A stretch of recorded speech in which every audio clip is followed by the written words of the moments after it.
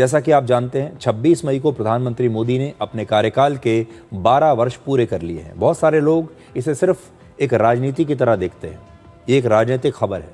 लेकिन क्या आपने कभी पीछे मुड़कर एक बार देखा है कि 2014 से लेकर अब तक 2026 तक आपके जीवन में क्या क्या बदलाव आए हैं? मैंने उस दिन भी आपसे कहा था, आप कल्पना करके देखिए कि 2014 में अगर प्रधानमंत्री मोदी सत्ता में ना आए होते तो क्या होता।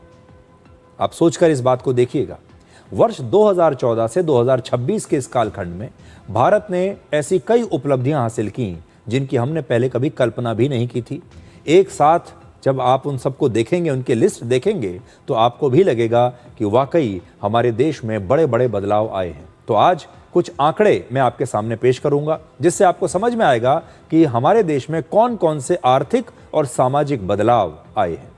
तो देखिए, 2015 में प्रधानमंत्री मोदी ने भारत में डिजिटल इंडिया की शुरुआत की और हमारे देश की जीडीपी में डिजिटल इंडिया का योगदान लगभग 12% है। इस समय डिजी लॉकर पर 55 करोड़ से ज्यादा लोग रजिस्टर्ड हैं।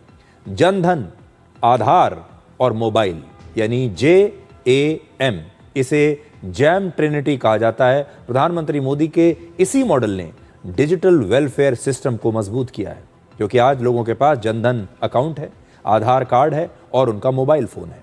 प्रधानमंत्री जनधन योजना के तहत अब तक लगभग 58 करोड़ से ज्यादा जनधन बैंक अकाउंट खुल चुके हैं और इसमें 3 लाख करोड़ रुपए से ज्यादा जमा भी है। सोचिए, आधार कार्ड दुनिया की सबसे बड़ी डिजिटल आइडेंटिटी बन चुका है। 2014 में भारत में लगभग 25 करोड़ इंटरनेट यूजर्स थे और आज ये संख्या बढ़कर 97 करोड़ के पास पहुंच चुकी है। आज देश के लगभग 100% जिलों में 5G नेटवर्क कवरेज है।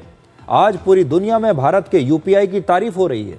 भारत में आज हर दिन यूपीआई के जरिए लगभग 66 करोड़ डिजिटल ट्रांजैक्शंस हो रहे हैं और हर दिन लगभग 86,000 करोड़ रुपए का लेन देन होता है।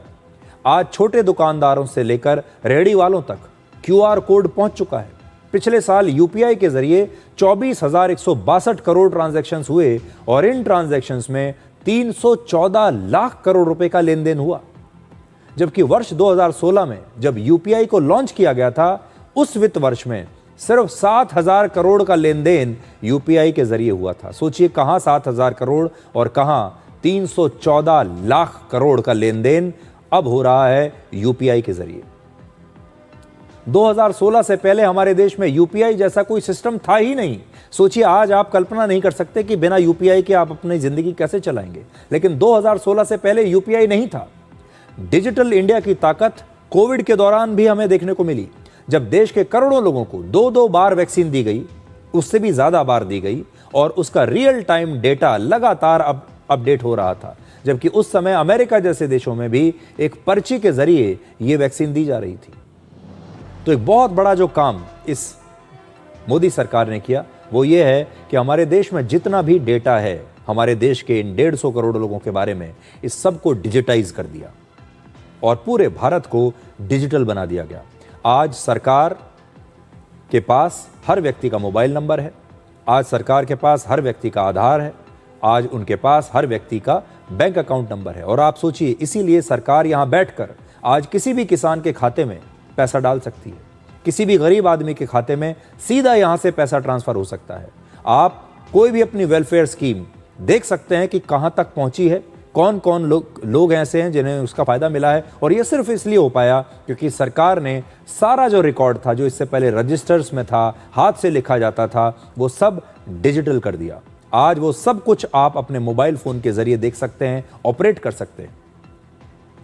अब आप आर्थिक बदलाव देखिए।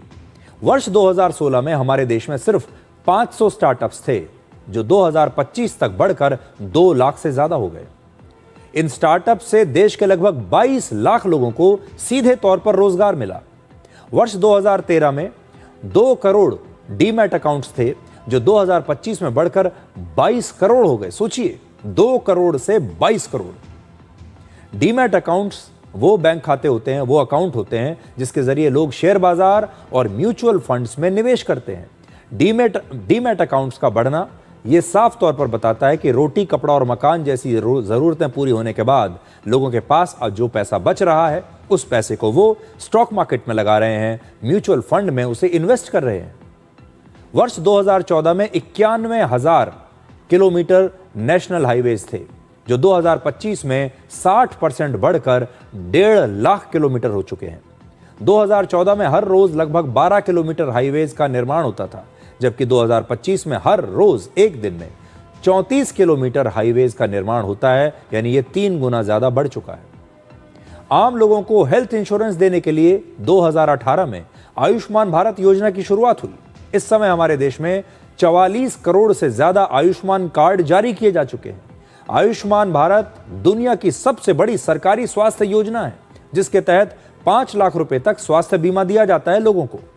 हमारे देश में वर्ष 2014 में लगभग 15 करोड़ एलपीजी कनेक्शन थे, जो 2025 में बढ़कर 33 करोड़ हो गए। हमारे देश के गांवों में इस समय 19 करोड़ परिवारों में से लगभग 15.5 करोड़ परिवारों के घरों में नल के जरिए पानी आ रहा है, यानी इस समय देश भर के गांवों में 81% परिवारों को सीधे नल से पानी मिल रहा है। 2019 में जब गांवों के लिए जल जीवन मिशन की शुरुआत हुई, तो उस समय गांवों में सिर्फ 3 करोड़ 23 लाख परिवारों में नल के जरिए पानी पहुंचता था, यानी गांवों में सिर्फ 17% परिवारों को ही नल से पानी मिल रहा था। पिछले 12 वर्षों में भारत डिफेंस एक्सपोर्ट में कितना आगे बढ़ा है देखिए। 2014 में हमारा डिफेंस एक्सपोर्ट सिर्फ 686 करोड़ रुपए का था, जो 2025 में बढ़कर 38,424 करोड़ रुपए हो गया, यानी इसमें भी 56 गुना की वृद्धि हुई। देखिए, 686 करोड़ से 38,424 करोड़।